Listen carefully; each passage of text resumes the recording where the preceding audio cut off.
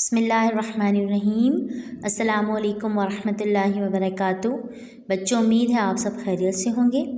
آج ہم حروف تہجی کے ایک نئے حرف کے بارے میں جانیں گے اور اسے لکھنا سیکھیں گے۔ تو چلیے دعا کے ساتھ اپنے سبق کا آغاز کرتے ہیں۔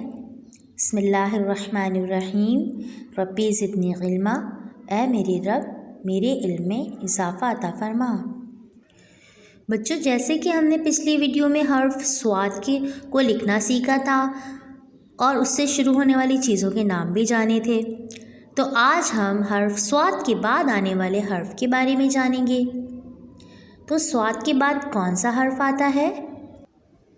بچوں، یہ کون سا حرف ہے؟ یہ تو بالکل صاد کے جیسے لگ رہا ہے، لیکن اس کے سر پہ تو ایک نقطہ ہے۔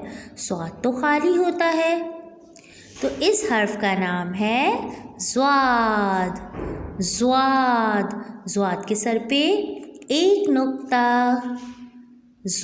صاد کا بھائی ضاد، صاد کا بھائی ضاد، ضاد کے سر پہ ایک نقطہ۔ بچوں، یہ کس کی تصویر ہے؟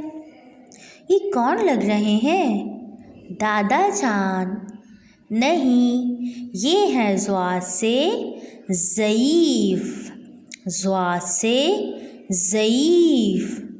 جب بوڑھے ہو جاتے ہیں تو انہیں کہتے ہیں ضاد سے ضعیف۔ ضاد سے ضعیف۔ اب ہم اردو کی عملی کتاب کے صفحہ نمبر 30 پہ دی گئی حرف ضاد لکھنے کی مشق کریں گے۔ بسم اللہ۔ جیسے ہم نے حرف صاد لکھا تھا، بالکل اسی طریقے سے ہم حرف ضاد لکھیں گے۔ نقطے سے شروع کریں گے، اوپر لے کے جائیں گے، گول گھمائیں گے، اس نقطے تک ملائیں گے، اور پھر جیسے ہم نے صاد میں آدھا دائرہ بنایا تھا، ایسے ہی ہم ضاد میں بنائیں گے۔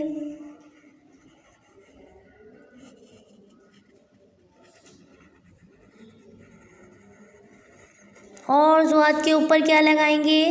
ایک نقطہ۔ ضاد کے سر پہ ایک نقطہ۔ ضاد سے ضعیف۔